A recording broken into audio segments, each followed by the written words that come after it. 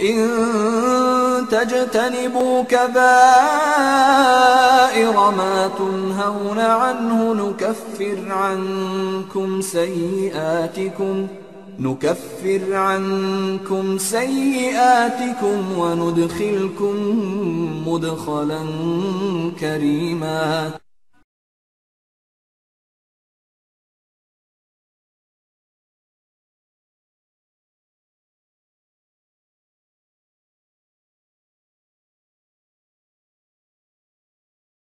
أعوذ بالله من الشيطان الرجيم. بسم الله الرحمن الرحيم.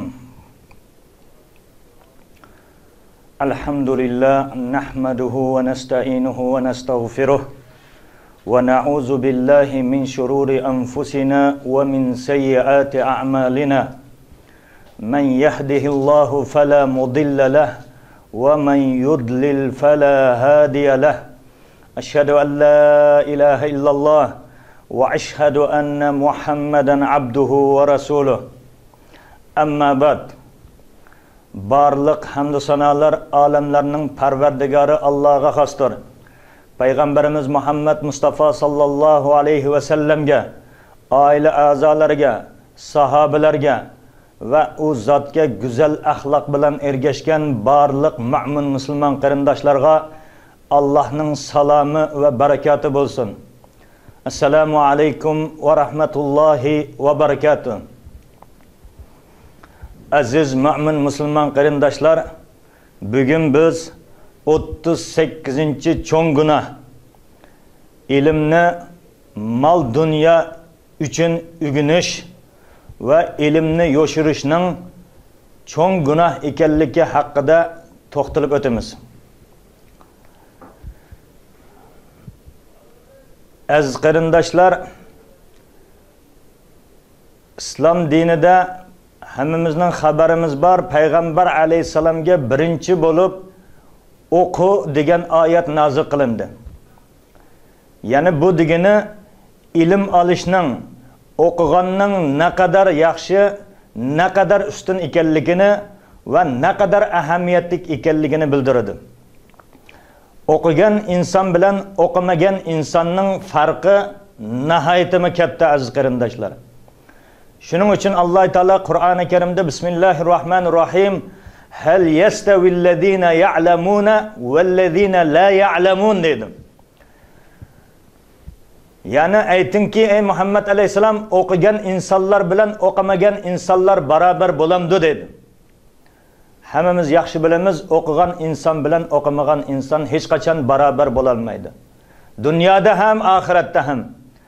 O'qigan insonning martabasi albatta Allohning dargohida bakmu yuksakdir. Bakmu egizdir.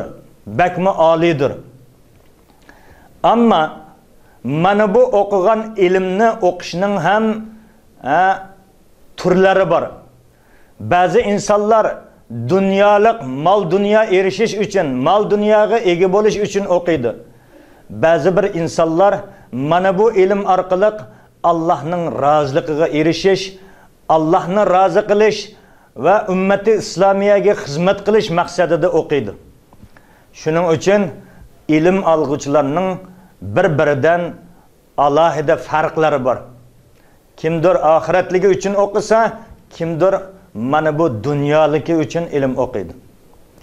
Shuning uchun aziz qarindoshlar, Alloh taolo Fatir surasining 28. ayetinde mundaq deydi. Bismillahirrahmanirrahim. İnnemâ yakhşallaha min ibadihi al-ulama. Hakikaten hem Allah'ın bendeleri içinde Allah'tan alimler bakra qo'rqaydi deydi. Çünkü ular ilim orqali ügünüp Allah'ni tonib yetganligi uchun ular Allah'ni bakma toniydi deydi. İbn Abbas radıyallahu anhu mana bu ayetning tafsirida aytadiganki, Allah'ның bendeleri içinde Allah'ның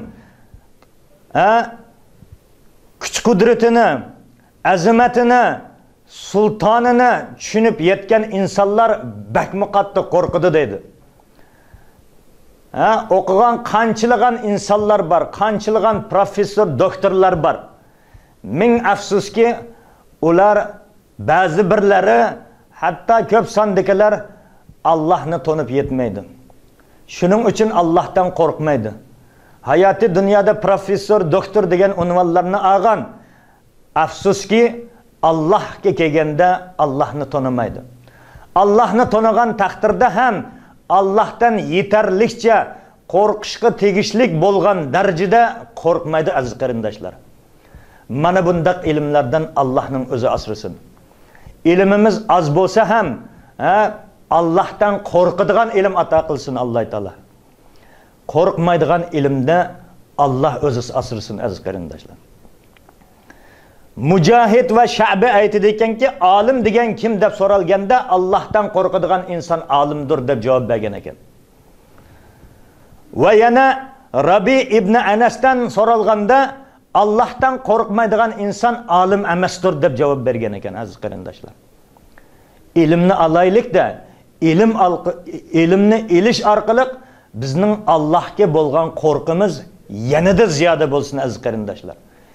Ilmni olib qo'yib Allohdan qo'rqmasak, bu ilm bizning beshimizga balo bo'ladi aziz qarindoshlar. Shuning uchun Alloh hammamizga o'zidan qo'rqadigan ilmlar ato qilishini Alloh taoladan tilaymiz aziz qarindoshlar.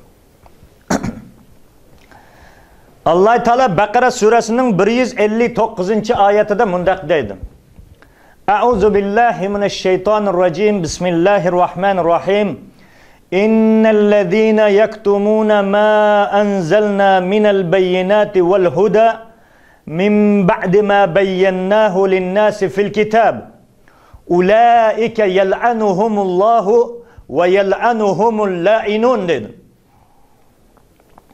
Kitobda yana biz insonlarga ro'shan dalillarni va to'g'ri yo'llarni bayon qilganimizdan keyin biz nozil qilgan yana payg'ambar Muhammad alayhisalomning haqiqiy payg'ambar ekanligini tasdiqlaydigan ro'shan dalillar va to'g'ri yo'lni yo'shirdiganlarni Alloh taolo la'natlaydi dedi. Yani ular Allah'ның rahmetidan uzak bo'ladi degani. Va yal'anuhumul la'inun dedi. La'nat qilguvchilar ham ana shundaq haqni yo'shirib oladigan insonlarni la'natlaydi dedi. Yani la'nat qilguvchilardan murod birinchi o'rinda farishtalar, undan keyin Allohning mu'min bandalari ham ana shu insonlarni la'natlaydi dedi. Yani o'z vaqtida Tavratda Alloh taolo Peygamberimiz Muhammed sallallahu aleyhi ve sellem'nin peygamber qilib avatadiganligini ve peygamberimizning sifatlarini bayon qilgan edi. Shuning bilan birgalikda mana buni kelajak avlodlarga qanday bayon qilingan bo'lsa shu darajada yetkazishlik haqida Alloh taolo ulardan ahdi paymon olgan edi. Ammo zamonlarning o'tishi bilan ular Peygamber aleyhisselamning peygamberligini tan olmadi. Peygamber aleyhisselamның sifatlarini ana shu o'zining kitobi bo'lgan Tavratdan elib tashladı. Shuning bilan bular kitoblarni o'zgartirishga boshladi.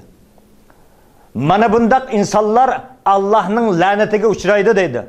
Yana Alloh undaq insonlarga rahim shafqat qilmaydi.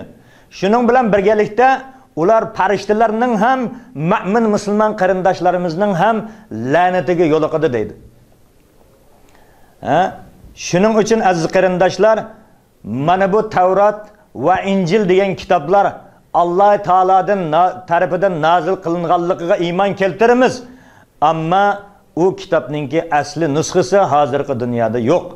Chunki ana shu zamondagi olimlar, ana shu zamondagi insonlar bu kitoblarga qo'l tekkizib, o'zgartirib etgan haqiqiy nusxasini yo'q qilib tashlagan. Havoyi havaslariga berilib, padişahlarning, hakimlarning so'zlaridan, tahdidlaridan qo'rqqanligi uchun ular ozdirib, o'zgartirib etgan. Va yana Alloh taolo Ali Imron surasining 187-oyatida mundaq dedi. Qalallohu taala bismillahirrohmanirrohim va iz akhazallohu mithaqallazina utul kitab latubayyinunnahu lin-nasi ولا تكتمونه فنبذوه وراء ظهورهم واشتروا به ثمنا قليلا فبئس ما يشترون dedi.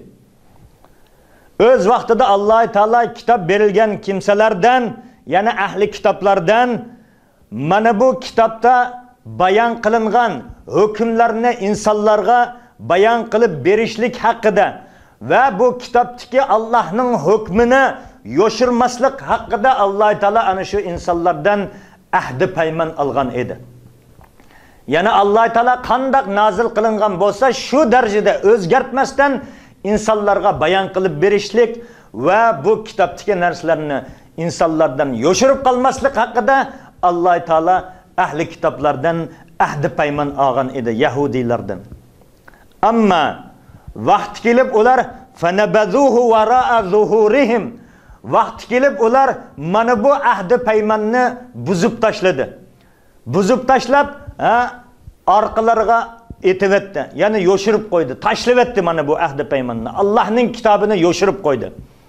Allah nima degan bo'lsa, ana shu narsani elib tashlab, o'zlarining havoyi havaslariga, nafsi xohishlariga mos keladigan so'zlarni kirgizdi. Vashtarau bihi thamanan qalilan. Ya'ni dunyoning ozg'ina matosiga mana bu ahdi paymonni, Allohning ahdi paymonini tegishivetdi, o'zgartivetdi. Allah qandoq nozil qilgan bo'lsa, u holatda turmadi-da, o'zining xohishlarini, arzularini ana shu kitoblarga qo'shib qo'ydi. Buni ozg'ina dunyo matosi evaziga tegishivetdi ular. Fa bi'sa ma yashtarun. Ular tegishivetgan mana bu narsa nima degan yomondir deydi Alloh taolo. Bu orqali olamlarning Rabbisi bo'lgan Alloh taolaning kitobiga qo'l tekkizib, Alloh taolo nozil qilingan kitobni o'zgartivetdi ular. Ozg'ina hayoti dunyo matosi uchun. Mana bu oyat Madina yahudilari haqida nozil qilingandir dedi. Alloh taolo ulardan Tavratdagi Allohning hukmlarini insonlarga bayon qilib berishlik haqida ahdi paymon olgan edi. Va u kitobda Muhammad alayhisalomning va payg'ambar bo'ladiganligi, payg'ambar alayhisalomning sifatlari va Muhammad alayhisalomning kelajakda payg'ambar qilib avatiladiganligi haqida va mana bu Allohningki ahdi paymonlarini yoshirmaslik haqida ahdi paymon olgan. Ammo vaqti kelib mana bu payg'ambar alayhisalom payg'ambar qilib avatilganda ular payg'ambar alayhisalomning payg'ambarligini tan olmadilar. Sifatlarini inkor qildilar. Bundaq payg'ambar yo'q dedi. Bundaq sifatli payg'ambar yo'q dedi, tan olmadilar.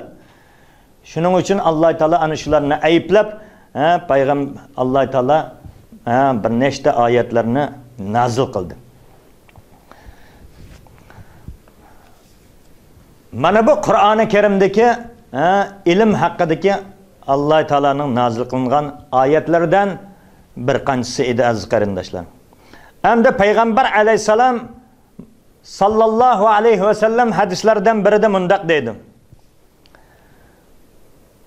Kimki bir ilmni o'rgansa, Allohning roziligiga erishadigan bir ilmni u inson dunyo matosiga erishish uchun, dunyodagi g'araziga yetishish uchun o'rganadigan bo'lsa, Allohning roziligi uchun o'rganadigan bir ilmni u inson hayoti dunyo matosiga erishish uchun, hayoti dunyodagi bir maqsadiga, g'araziga erishish uchun o'rganadigan bo'lsa, u inson jannatning puruqini puriy olmaydi deydi payg'ambarimiz Muhammad sallallohu alayhi va sallam. U inson jannatning puruqini puriy olmaydi deydi. Va yana payg'ambarimiz Muhammad Mustafa sallallohu alayhi va sallam aytadi ekanki, qandoq bir inson bir ilmni ulamolar bilan munozara qilish uchun, ulamolar bilan bahs qilish uchun o'rganadigan bo'lsa, yoki johillar bilan talash tortish qilish uchun o'rganadigan bo'lsa, yoki insonlarni o'ziga jalb qilish uchun o'rganadigan bo'lsa, bu inson do'zaxga kiradi deydi. bu inson do'zaxga kiradi deydi. Yana bir rivoyatda Alloh taolo bu insonni do'zaxga kirgizadi deydi. Ilmni boshqa bir olimlardan mansabga, uningdan men olimango, uning ilmidan mening ilmim yuqorigo degan maqsadda yoki johillar bilan talash tortish qilish maqsadida yoki insonlarni o'ziga jalb qilib hamma inson meni palonchi olimkin desin deb qolsin deydigan insonlarni o'ziga jalb qilish maqsadida ugundigan bo'lsa, mana bu insonning kiradigan joyi do'zaxdir deydi. Yana bir rivoyatda Alloh taolo undaq insonni do'zaxga kirgizadi deydi. İslam dinida haqiqiy mu'min musulmon ilm oladigan, bu ilm u insonning bakmi muloyim, bakmi halimlik, bakmi kamtar, bakmi mehribon, bakmi kuyimchan qilib tarbiyalaydi o insonni. İslam dinida ilm olgan inson, haqiqiy ilm egasi bo'lgan inson nihoyatimi muloyim, nihoyatimi mehribon boshqalarga, nihoyatimi mehr shafqatlik bir holatga keladi. Mana bunda holatga kelmasdan ustunlik talashadigan bo'lsa, insonlar meni olimkin desin deydigan bo'lsa, biz bundan oldingi hadisimizda ham so'zlab o'tganimizdek, Alloh taolo ana shu qiyomat kunida birinchilardan bo'lib 3 kishidan hisob kitob oladi degan edik. Ularning biri hayoti dunyoda meni olim desin, meni qori desin deb ilm olgan insonni Allah birinchilardan bo'lib do'zaxga soladi degan hadisni oldingi darslarimizda biz bayon qilib o'tgan edik aziz qarindoshlar. Shuning uchun manmanlik qilish uchun, riyo qilish uchun ilm elishdan Allohning o'zi asrasin aziz qarindoshlar. Payg'ambar alayhisalom hadislardan birida aytadi ekanki, "Man su'ila an ilmin fakatamahu uljima yawmal qiyama bilijamin minan nar" dedi. Qandaq bir insondan bir ilm so'ralsa dedi Payg'ambar alayhisalom. Fakatamahu, u inson u ilmni yo'shirsa, ya'ni so'ragan insonga aytib bermasa u ilmni, uljima yawmal qiyama bilijamin minan nar dedi. U insonga qiyomat kuni do'zax o'tidan yugan silinadi dedi. Hayoti dunyoda mana bu ilmni insonlar bilan paylashmaganligi uchun, insonlar bilan dardlashmaganligi uchun, insonlarga yetkizmasdan yo'shirib u dunyoga o'zi bilan birga ilib ketganligi uchun, mana bu ilmni insonlarga yetkizmaganligi uchun u insonga qiyomat kuni do'zax o'tidan yugan silinadi ana shu og'ziga deydi. Hammamiz yaxshi bilamiz aziz qarindoshlar, Payg'ambar alayhisalom hajjatul vidoda ballighu anni walau aya dedi. Mendan bir oyatni o'rgansanglar ham mana shu oyatni boshqalarga o'rgatinglar dedi. Yo'shirib qolmanglar dedi. Boshqalar foydalansin dedi. Biz nimani bilsak, nimani anglagan bo'lsak, anglamagan bir insonga yetkizish hammamizning burchimizdir qarindoshlar. Mana bu islom dinidagi ilmlarni yetkizish faqat islom dinini o'qigan olimlarning vazifasi emas, hamma insonlarning vazifasidir. Misol qilib oladigan bo'lsak, bir inson dostorxonda so'l qo'li bilan tamoq yeyotadi. Yana bir inson so'l qo'li bilan tamoq yeyishni Payg'ambar alayhisalomning qaytarganligini biladi. Ana shu holda bu inson mana bu so'l qo'li bilan tamoq yeyotgan insonga aytishi lozimki, birodar aziz, Payg'ambarimiz so'l qo'li bilan tamoq yeyishdan qaytargan edi. Savobga erishasiz, Alloh sizdan rozi bo'lsin, o'ng qo'lingiz bilan yegan bo'lsangiz degan deb mana shuni o'gitib qo'ysa, buni deyish uchun kitoblarni tugutish, Sahihul Buxoriy, Sahih Muslim, Tirmizilarni tugutishning hojati yo'q aziz qarindoshlar. Sahobalar mana bu kitoblarni tugatmagan edi. Ammo Payg'ambar alayhisalomdan bir hadisni anglagan edi. Mana bu hadisni o'zi amal qilgan edi. Anglamagan kishilarga mana bu hadisni yetkizgan edi aziz qarindoshlar. Biz qanchalar hadislarni angladik, ammo buni o'zimiz bilan birga elib ketmasligimiz lozim aziz qarindoshlar. bilmagan insonlarga o'tag'animizda, so'rinlarda bir hadisni bo'lsa ham, yarim hadisni bo'lsa ham, bir oyatni bo'lsa ham Alloh taolo Qur'oni Karimda mundaq debdi ekan aziz qarindoshlar. Biz mana shunday qilishimiz kerak ekan. Payg'ambar alayhisalom hadislaridan birida mundaq debdi ekan qarindoshlar. Biz mundaq qilishimiz kerak ekan. Biz bilmasdan mundaq qilgan ekanmiz. Endi bundan keyin mundaq qilishimiz kerak ekan deb yetkazib qo'ysak, nur ustiga ala nur bo'ladi aziz qarindoshlar. Ammo Alloh taolo hammamizdan rozi bo'ladi. Biz hammamiz gunohkormiz, hammamiz aybdormiz. Faqat alamlarning Rabbisi bo'lgan Alloh taolo subhanallohdir. Yana ayib, nuqson, kamchiliklardan pok zot faqat va faqat Alloh taolodir. Biz hammamiz gunohkormiz. Kullu bani Adam xatta'un va khayrul xatta'ina at-tawwabun dedi. Adam avlodining hammasi xato qilguvchi, gunoh qilguvchilardir. Ammo gunoh qilguvchilarning ichida eng yaxshisi tavba qilguvchilardir. Alloh taolo tavba qilgan bandasini bakmi yaxshi ko'radi aziz qarindoshlar.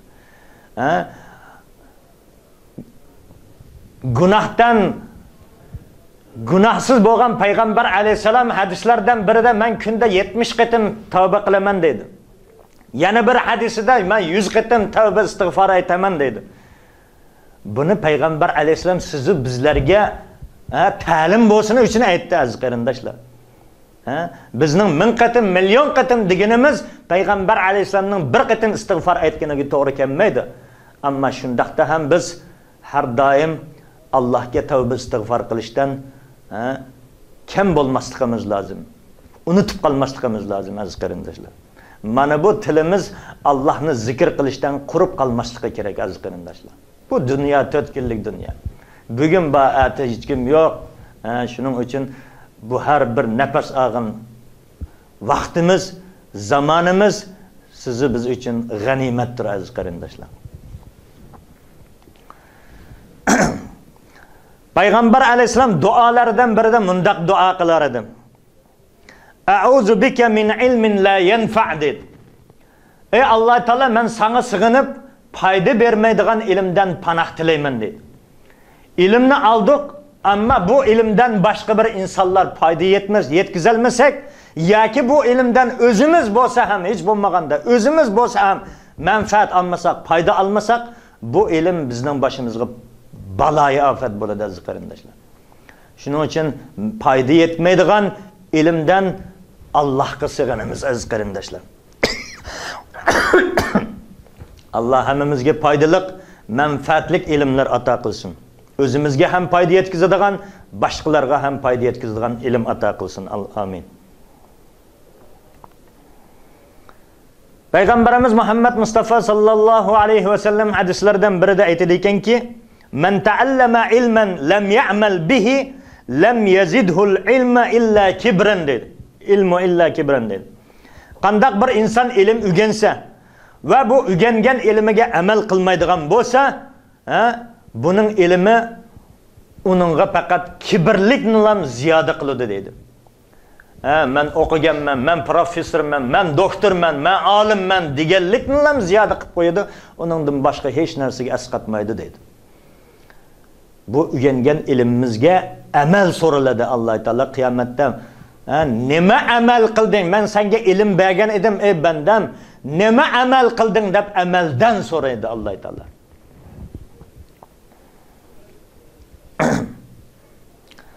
Abi Umama radhiyallohu anhudan rivoyat qilingan hadisda payg'ambarimiz Muhammad Mustafa sallallohu alayhi ve sellem mundaq deydi.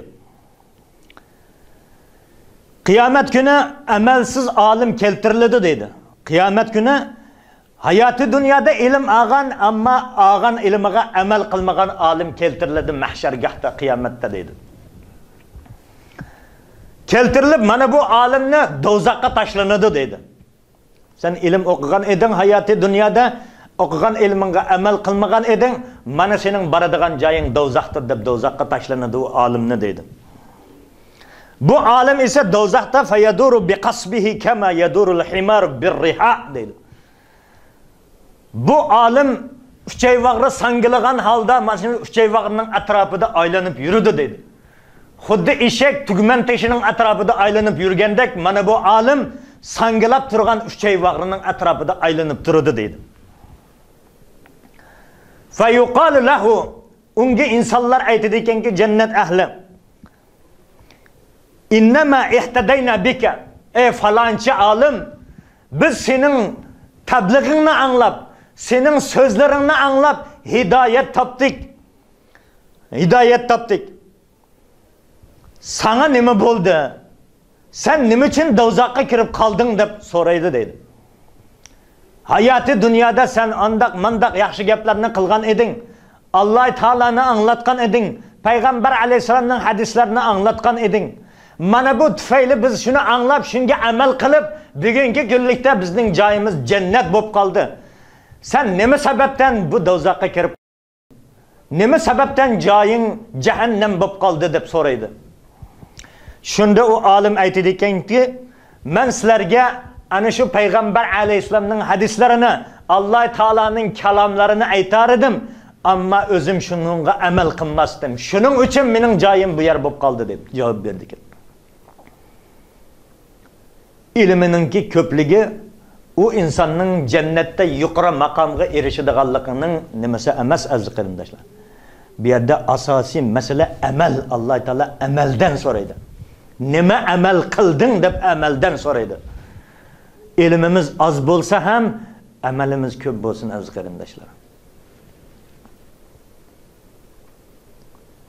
Hilal ibn Ala mundaq deydi.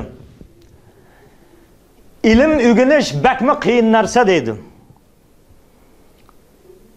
Ammo bu ilmni yod olish o'rganishdan ham qiyin deydi. Ammo ilmga amal qilish yod olishdan ham qiyin dedi. Ammo buningdan salomat qilish amal qilishdan ham qiyin dedi. Ko'p ilmni olgan, ammo bu ilm tufayli u inson salomat qolmasdan do'zaxga tushib ketyapti, aziz qarindoshlar. Mana bu olgan ilmimiz albatta bizni jannatga yetaklasin, aziz qarindoshlar. Alloh taolo bizga ilm bersin, foydali ilm bersin. Alloh taolo bizga ilm ato qilsin, jannatga yetaklaydigan ilm ato qilsin. Alloh taolo bizga ilm ato qilsin, uningdan qo'rqadigan ilm ato qilsin.